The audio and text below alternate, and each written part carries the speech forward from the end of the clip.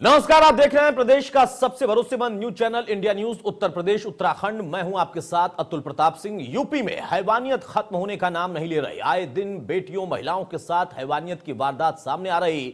इसमें सबसे ज्यादा एक और पहलू बड़ा उभर कर आया कि मासूम बच्चियों को भी हैवान बख्श नहीं रहे।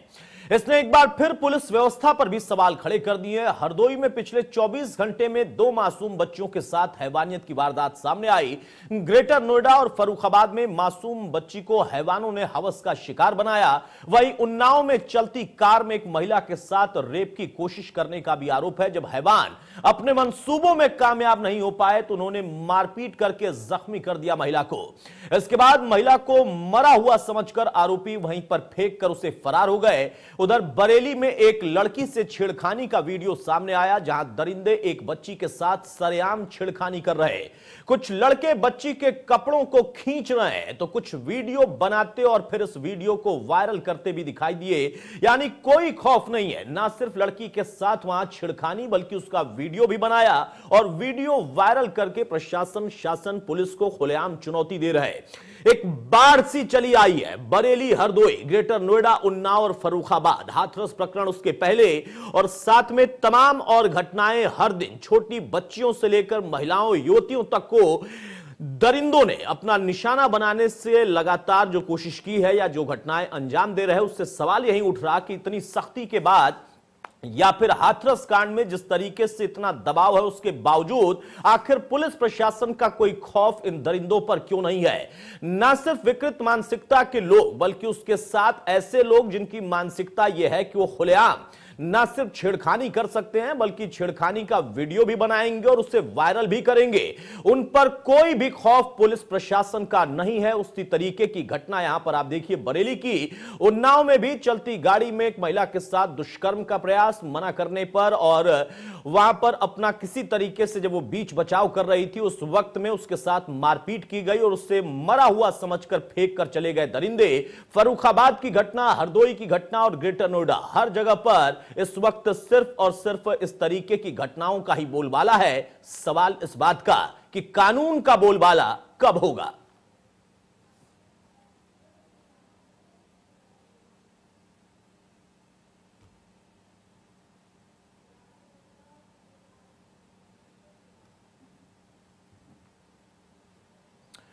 बहरहाल तो तमाम घटनाएं हैं, तस्वीरें रुक नहीं रही हैं और ये तस्वीरें वाकई विचलित करने वाली हैं। सवाल इस बात का है कि आखिर मानसिकता समाज की भी क्या हो गई और समाज में अगर विकृति होती है तो उसी को दुरुस्त करने के लिए, उस कुरीति को खत्म करने के लिए ही व्यवस्था बनाई जाती है। उसका नाम है पुलिस प्रशासन और उसको आगे बढ़ाने का काम करती हैं, जिम्मेदारी सौंपती हैं सरकारें। लेकिन कहीं पर किसी का कोई प्रभाव नहीं दिख रहा। हमारे साथ डॉक्टर अलीम सिद्दीकी जुड़ चुके हैं, मनोवैज्ञानिक। बहुत स्वागत है डॉक्टर अलीम सिद्दीकी आपका। और प्रमोद गोस्वामी साहब, वरिष्ठ पत्रकार, भी हमारे साथ हैं। बहुत स्वागत है प्रमोद जी आपका। सबसे पहले अलीम सिद्दीकी साहब, मैं आपसे ही जानना चाहूंगा, सरकार, शासन, प्रशासन, पुलिस, उस पर तो हम लगातार चर्चा कर रहे हैं। इस समाज को क्या हो गया, उस पर कौन चर्चा करेगा? और ना सिर्फ ऐसे लोग जो कि विकृत मानसिकता के हैं बल्कि वो जो कि सब कुछ जानते हुए कि हां जो कर रहे वो कितना गलत है, उसका वीडियो बनाकर तमाशा भी बना रहे, तमाशा कर भी रहे और लोगों को दिखा भी रहे। इनकी मानसिकता क्या है और इनको कौन से दायरे में रखा जाए? जी धन्यवाद। देखिए, समाज की मानसिकता की जब हम बात करते हैं तो जो अभी हम देख रहे हैं ये एंड प्रोडक्ट है। एंड प्रोडक्ट मतलब सीरीज ऑफ इवेंट्स चल रहा है और उसका कल्मिनेशन यानी उसका पीक पॉइंट ये दिख रहा है। तो अगर आप इसको रिवाइंड करना शुरू करेंगे तो जिन लोगों ने घटना शुरू की उनका बचपन कैसा बीता, उनको क्या वैल्यूज थी, उनकी क्या एटमॉस्फेयर में रहे हैं, तो जो लोग ये घटना करते हैं उनकी खुद की प्रवृत्ति कैसी है, एटमॉस्फेयर भी, पर्सनैलिटी भी, कानून और या दूसरे के अधिकार को समझने की कैपेसिटी उनके अंदर है भी या नहीं।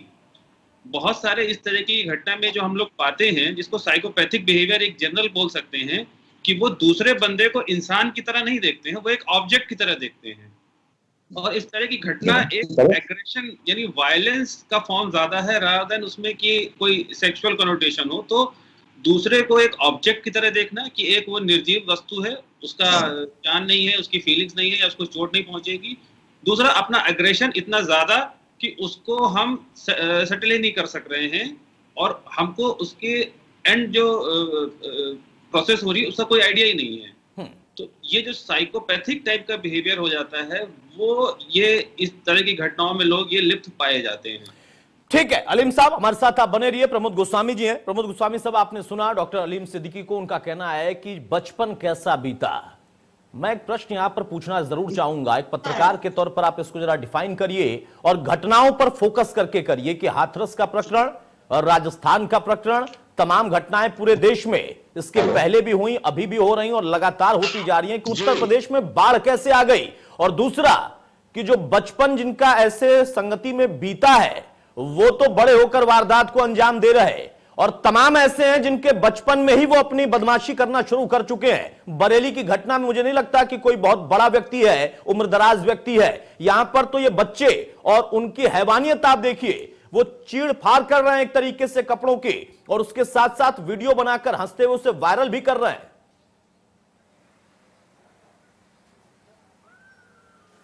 अतुल जी, बिल्कुल आप ठीक कह रहे हैं।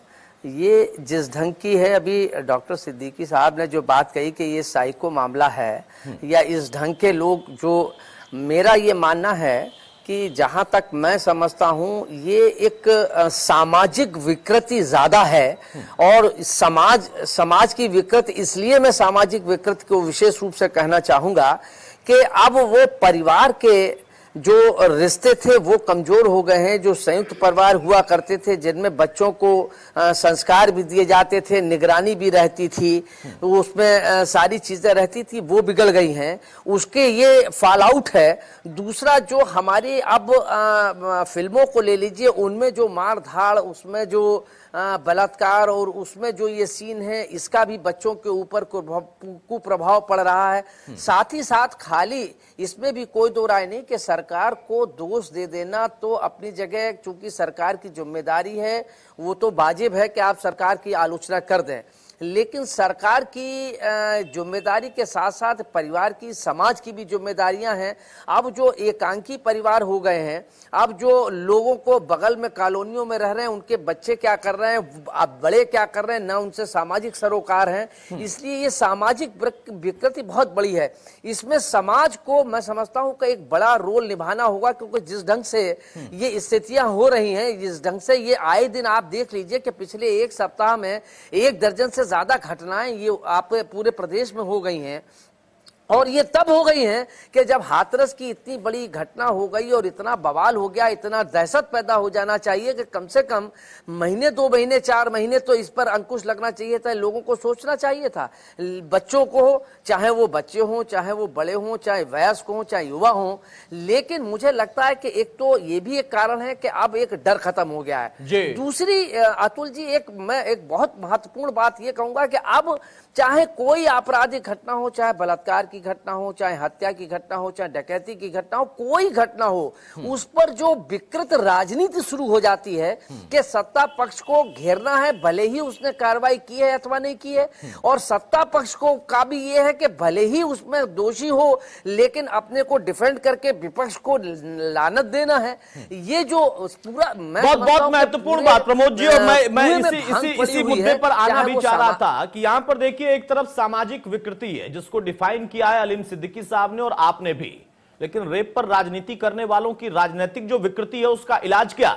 और यहां पर देखिए कि बहुत सारे ऐसी घटनाओं को भी हमने देखा कि फेम के लिए, इसमें से एक बरेली की घटना है, वो सिर्फ छेड़खानी की नहीं है, वहां पर तो ऐसा लग रहा है कि उनको बड़ा आनंद इस छेड़खानी में भी आ रहा है, और साथ में वीडियो बनाकर उसको वायरल करके अपने आप को वो फेमस करना चाहते हैं। ये भी मानसिकता है, और राजनीतिक विकृति वाली फेमस करने की मानसिकता पर तो आपने प्रकाश डाली दिया। बहुत सारे लोग हैं जो कि पहुंचना चाह रहे थे, पहुंचे भी किसी तरीके से 2 बार या 4 बार में, लेकिन बहुत जगहों पर वो नहीं पहुंच पा रहे क्योंकि वहां उनकी सरकारें हैं। सूर्य कुमार शुक्ला जी हमारे साथ हैं, पूर्व डीजी। सूर्य कुमार जी, बहुत स्वागत भी है आपका। और सवाल ये, डॉक्टर अलीम सिद्दीकी ने, जो कि मनोवैज्ञानिक हैं, उनका कहना है कि एक साइकोपैथी है, उसका इलाज तो मुझे लगता है कि जो साइकोलॉजिस्ट हैं वो कर देंगे, लेकिन ये जो विकृत लोग हैं इनका इलाज कानून के पास होता है। इनको कौन सी पैथी की जरूरत है जो अभी मिल नहीं पा रही और क्यों नहीं मिल पा रही है? एक घटना नहीं, बाढ़ आ गई घटनाओं की। जी अतुल जी, ये आप निश्चित समझिए कि तब तक इसका समाधान नहीं होगा जब तक हम अपराधियों के सुधार की पक्की व्यवस्था नहीं करेंगे। और अभी तक हमारे समाज में अपराधियों के सुधार की कोई पक्की योजना नहीं है। क्रिमिनल रिफॉर्मेशन डिपार्टमेंट जो होना चाहिए था, नाम तो हम लोगों ने रख दिया कि जेल का कारागार सुधार प्रशासन जी, लेकिन वास्तव में आप भी जानते हैं क्या कोई व्यवस्था है वहां पर जो अपराधियों का सुधार कर सके। मैंने इस टॉपिक पर रिसर्च किया था कि कैसे एलोपैथिक, आयुर्वेदिक, होम्योपैथिक दवाओं द्वारा अपराधियों का इलाज किया जा सकता है। और ये दो चीजें होती हैं, एग्रेशन, एक हमला करने की इच्छा, और दूसरा होता है अधिक कामुकता और एक्स्ट्रा सेक्स डिजायर और एग्रेशन के कारण ऐसे लोग बलात्कार करते हैं और इनका पूरा इलाज संभव है। तो कई दवाएं हैं जो, और सूर्य कुमार जी, मैं आपकी विधा पर या आपके प्रयोग पर कोई प्रश्न नहीं खड़ा कर सकता और करूंगा भी नहीं। आपने कहा कि आयुर्वेद में और तमाम चीजों में इनका इलाज है, कानून के डंडे में भी बहुत इलाज है सर। एक खौफ तो होना चाहिए खुलेआम। उसमें जो पैथी है ना, आपने कहा ना कि इनकी जो है पक्का पैथी होनी चाहिए। एलोपैथी, साइकोपैथी के बाद कानून के डंडे में पक्का पैथी की ताकत होती है। आप लोगों ने करके दिखाया अपने दौर में सर। होती है। ये इसका इलाज ये है कि छेड़खानी पहले रोकी जाती है, जब छेड़खानी रुक जाती है तो बलात्कार अपने आप रुकते हैं। बिल्कुल। और उसका इलाज यह है कि एक पूरा तंत्र डेवलप किया जाता है कि कौन कौन किस थाना क्षेत्र में छेड़खानी करने वाले हैं और डंडे की ताकत से उनको चिन्हांकित करके लाया जाता है और ला करके उनको प्रिवेंटिव एक्शन में उनको गिरफ्तार किया जाता है और गिरफ्तार करके उनसे बांड भराया जाता है, जेल भेजा जाता है। और इसके लिए कई धाराएं पुलिस के पास रहती हैं, चाहे 354 है, चाहे 294 है आईपीसी। और उनके साथ साथ ऐसे लोगों को छोड़ने के पहले 20-20 लोगों का बांड भराया जाता है कि ये लड़का दोबारा बदतमीजी नहीं करेगा, और उसी के लिए गुंडा एक्ट बना है। अगर ये नहीं माने तो उस एरिया से जिला बदतर कर दिया जाता है। और तीसरा एक और उपाय है कि इनके गार्जियन, पेरेंट्स, उनको, रिश्तेदारों को, सबको बुला करके उनको ताकीद किया जाता है, उनसे हलफनामे लिए जाते हैं कि ये लड़का किसी से बदतमीजी नहीं करेगा। और मजनू वाला अभियान आपने सुना ही होगा कि सादे कपड़े में पार्कों में और सड़कों पर लड़कियों के स्कूलों के सामने इस प्रकार की ड्यूटी लगाई जाती कि चिन्हित करें और जो रोमियो छाप के हैं उनको पकड़ के लावें और उनका इलाज करा दें। बिल्कुल सही कहा सूर्य कुमार जी, बिल्कुल सही कहा आपने कि उनका इलाज करा दे। लेकिन उसी पर तो प्रश्न है ना, अब मुझे वो वाकया याद आ गया, मैं उस पर भी आपसे सवाल लूंगा, अलीम साहब के पास जाऊंगा मैं कि मनोवैज्ञानिक तरीके से क्या इसका इलाज हो सकता है। लेकिन प्रमोद जी कुछ आप कह रहे थे और उसी में मैं अपना सवाल जोड़ रहा हूं। कुछ दिनों पहले सरकार ने कहा कि हम पोस्टर लगाएंगे, तो बहुत सारे लोगों को मिर्ची लग गई थी, कैसे कैसे आप पोस्टर लगाएंगे। यहां पर ये बरेली में खुद अपना वीडियो बनाकर, अपना पोस्टर बनाकर जो छापकर दिखा रहे हैं, इनके लिए किसी की जुबान नहीं खुल रही है। सरकार अगर चिन्हित कर रही थी कि पुलिस महकमा लोगों को चिन्हित करे, गड़बड़ी ना हो, एक भी गलत आदमी का उसमें नाम और पोस्टर ना आ जाए, लेकिन जो इस तरीके की घटनाओं को कंटिन्यू अंजाम दे रहे या फिर वो कुख्यात हैं, उनका पोस्टर लगाकर समाज में एक्सपोज करेंगे, तब तो बहुत लोगों को मिर्ची लगी थी।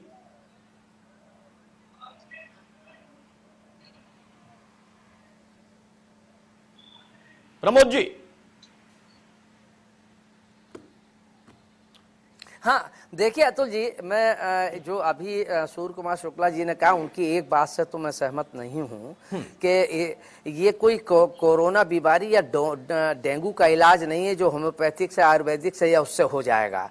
ये एक सामाजिक विकृति है, इसका पैथी से इलाज नहीं हो सकता है। इससे है ना, इससे सामाजिक। लेकिन ये बात सही है कि जो शुक्ला जी ने कहा कि शादी वर्दी में ऐसे स्पॉट्स पर ये रखा जाए।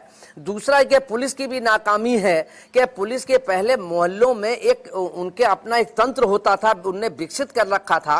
वो एक जानकारी लगती रहती थी कि इस मोहल्ले में कौन सा लड़का जो है वो थोड़ा सा उत्पाती है, कौन सा आपराधिक मानसिकता का है। तो उस हिसाब से उनके पेरेंट्स को, उनको ये मैंने देखा है कि उसके बुला के पुलिस उनको समझाने की कोशिश करती थी, और फिर अगर होता था तो उसको तत्काल, अगर कोई घटना होती थी तो उन लोगों को चिन्हित करके पकड़ लेती थी।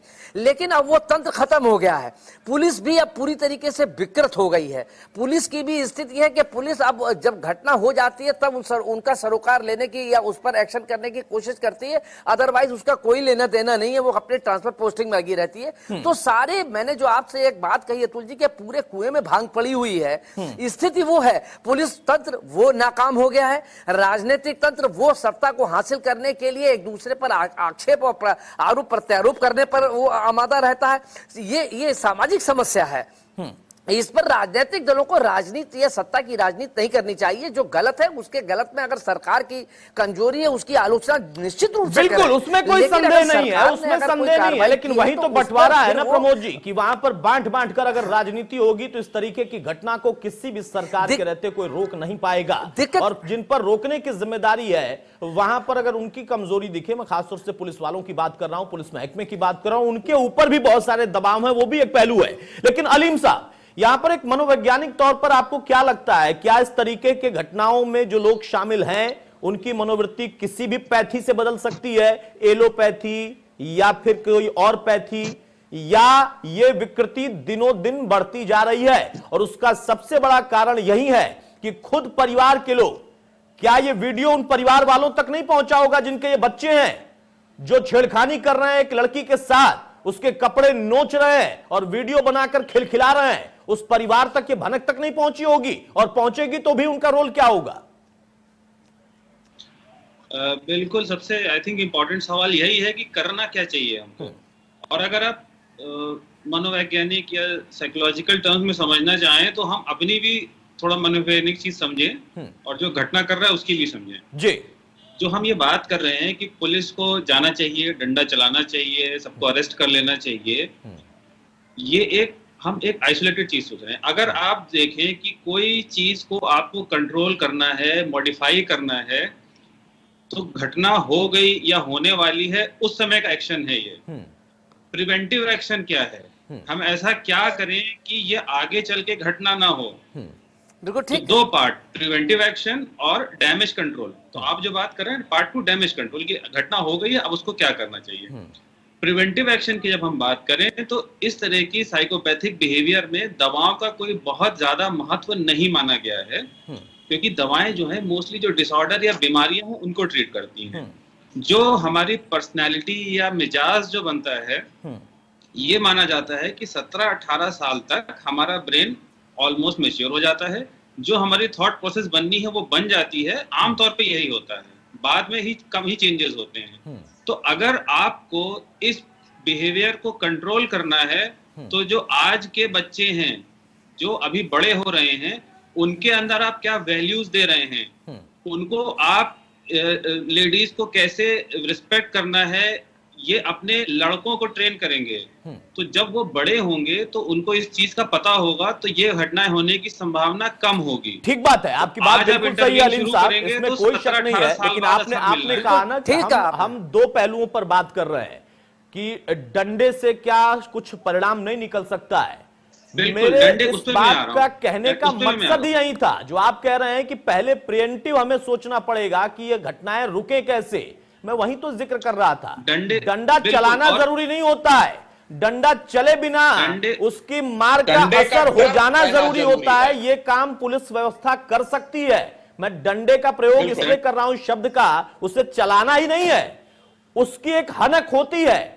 कम से कम ऐसे इस तरीके की घटनाओं में वो बिना चले भी अपनी छाप छोड़ सकता है, और वो होगा प्रिवेंटिव, वो होगा प्रिवेंटिव। वरना ना तो कोई दवा और ना ही कोई मनोविज्ञान, और इसी तरीके से चलेगा। और जिसका जिक्र आप कर रहे हैं कि परिवार वालों को यहां पर संस्कार देने होंगे, संस्कार जब खुद में होंगे तब तो देंगे, और उसके कई पहलू हैं। वहां पर प्रमोद जी ने कहा कि बदलता स्वरूप घर परिवार का, हमारी जल्दबाजी, हमारी बेचैनी, हमारा जो व्यस्त समय है, वो सारी चीजें उसमें कंक्लूड हो जाती हैं। बहरहाल सूर्य कुमार जी, यहां पर आपने एक रिफॉर्म की बात कही। रिफॉर्म किस तरीके के, क्योंकि कानून में रिफॉर्म हुआ और उसका परिणाम यह है कि घटना करके महिलाओं, बच्चियों को, लड़कियों को मार दिया जा रहा है, इस सोच के साथ कि घटना भी कर देंगे और सबूत भी नहीं मिलेगा। हालांकि फिर भी पुलिस जब अपने पर आती है तो सबूत को पाताल से खोज कर लाती है, लेकिन उस रिफॉर्म का कुछ अच्छा परिणाम नहीं है। अब किस तरीके के रिफॉर्म? कानून का रिफॉर्म हुआ, लेकिन उसके पालन का रिफॉर्म नहीं हो पाया। जैसे आपने देखा कि निर्भया केस के बाद कई परिवर्तन कानूनों में किए गए, लेकिन अब आप पूछिए कि क्या समय से दंड और निश्चित दंड, ये दो सिद्धांत होते हैं समाज को कंट्रोल करने के, दोनों क्या लागू हो पाए? दोनों नहीं लागू हो पाए। और उसका परिणाम यह हुआ कि लोगों को यह लगता है कि हम बलात्कार करके बच जाएंगे, और अगर पकड़े भी गए तो कई साल तक मुकदमा लड़ेंगे, और फिर मुकदमा लड़ करके अगर सजा हो भी गई तो हाई कोर्ट में अपील कर देंगे, फिर फाइल दबवा देंगे, कागज फड़वा लेंगे, और वकील के थ्रू मिल करके जो सबूत हैं उनसे छेड़छाड़ करके बच जाएंगे। अगर वहां भी सजा हो गई तो उसके बाद हम सुप्रीम कोर्ट में अपील कर देंगे।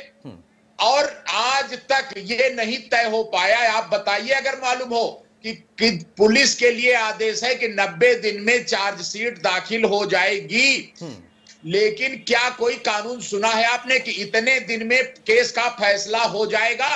टाइम बाउंड जजमेंट, हम पनिशमेंट की बात अभी नहीं कर रहे, टाइम बाउंड जजमेंट हो जाए, वही बहुत है। और दूसरा बात की काउंसलिंग की जो भाई साहब उठा रहे थे, क्या हमने अपने जेलों में कारागार सुधार के अंतर्गत काउंसलिंग योजना लागू कर दी कि तब तक काउंसलिंग की जाएगी जब तक ये बलात्कारी छेड़खानी करने वाले सुधर न जाएं, तब तक उनकी जमानत नहीं दी जाएगी? क्या ऐसा कानून बिल्कुल सही कहा सूर्य कुमार जी। ये रिफॉर्म अगर होते तो शायद उसका कोई परिणाम होता, लेकिन आपाधापी में कानून को सख्त तो कर दिया गया, धाराएं मजबूत कर दी गई, लेकिन उसके साथ परिणाम उसका क्या निकला ये भी सवाल है, और उसी का नतीजा इतनी घटनाएं हैं। प्रमोद गोस्वामी साहब, समय नहीं है सर, बहुत संक्षेप में फाइनल कमेंट आपका चाहूंगा इस पूरे प्रकरण में। देखिए, दूसरा जो पहलू है, एक तरफ समाज और समाज की विकृति, उसके बीच में ऐसी घटनाएं और लोगों का हंसना खिलखिलाना, तमाम बातें, लेकिन दूसरी तरफ कि एक घटना पर पूरे देश में हंगामा, ममता बंगाल में रैली निकालने, बहुत सारे लोग हाथरस पहुंच जाए, कुछ ऐसे भी लोग हैं जो कि घर में उनके रिश्तेदार बनकर बैठ गए, भाभी बनकर बाइट दे दिया, गजब का मुद्दा है। और दूसरी तरफ कि इतनी और घटनाएं इसी उत्तर प्रदेश में किसी ने चूं तक नहीं की, ना पक्ष ना विपक्ष। बिल्कुल,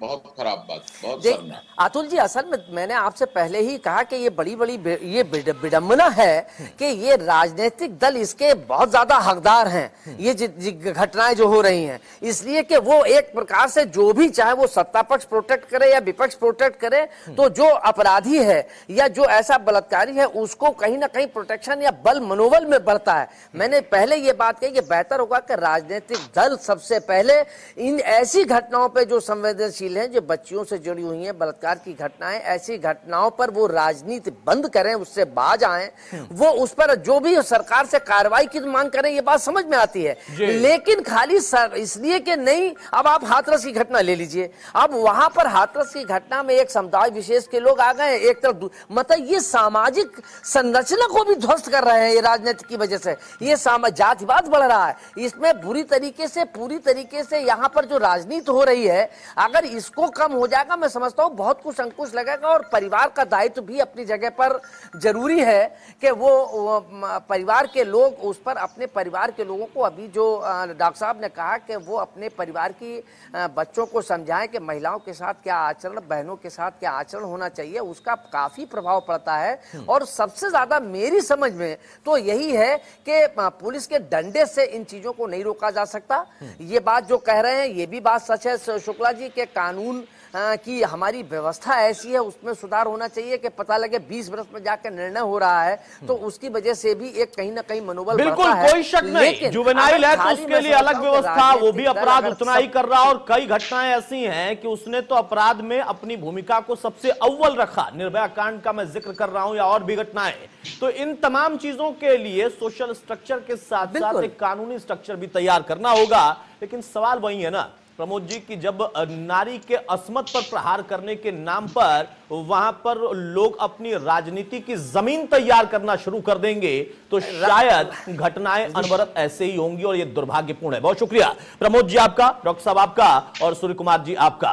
तो बाढ़ सी हो गई, रेप की घटनाएं, दुष्कर्म की घटनाएं या फिर छेड़खानी की घटनाएं, मानो आम सी ये बात है, ये समाज का हिस्सा बन गया। लेकिन उसी समाज को सिर्फ एक घटना दिखाई देती है क्योंकि उस समाज के नाम पर जो असल में राजनीति करने वाले हैं उनकी या तो जमीन वहीं से खिसक रही होती है या वहीं से बन रही होती है। बाकी जमीन पर कितनी बेटियों की अस्मत लूटी जा रही कोई सरोकार नहीं।